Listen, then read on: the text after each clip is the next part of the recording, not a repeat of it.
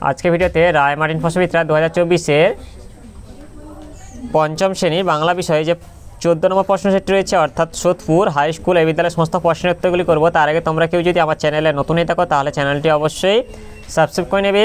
একে যেটা আছে সঠিক উত্তরটি নির্বাচন করে খাতায় লেখো। একের এক হচ্ছে হাবু যে দাদাকে পাগল বলেছিল, এটা হবে শেষদা হবে। একদিকে হচ্ছে এতোয়া শব্দটির অর্থ কী? এতোয়া শব্দটির অর্থ হলো রবিবার। একদিকে হচ্ছে নিপাতনের সিদ্ধ ব্যঞ্জন সন্ধি কোনটি? এটা হচ্ছে বৃহস্পতি হবে। একদিকে চার হচ্ছে রাজযুক্ত নি সন্ধিবদ্ধ করলে হবে, এটা রাজ্ঞী হবে। দুই হচ্ছে নিম্নলিখিত প্রশ্নগুলির পূর্ণবাক্যে উত্তর দাও।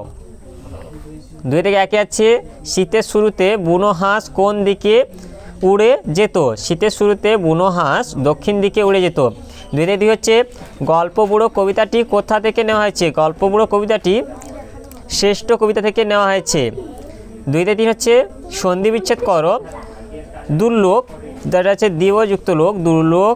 এবার হচ্ছে ক্ষুণ্ণিবৃত্তি ক্ষুদযুক্ত নিবৃত্তি ক্ষুণ্ণবৃত্তি।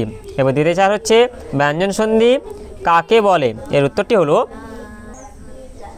ব্যঞ্জনধ্বনির সঙ্গে ব্যঞ্জনধ্বনি বা স্বরধ্বনি মিলনকে ব্যঞ্জন সন্ধি বলে। অর্থাৎ ব্যঞ্জন সন্ধি মানে হচ্ছে ব্যঞ্জনধ্বনিযুক্ত ব্যঞ্জনধ্বনি হচ্ছে 20 যুক্ত টি সমান 20টি।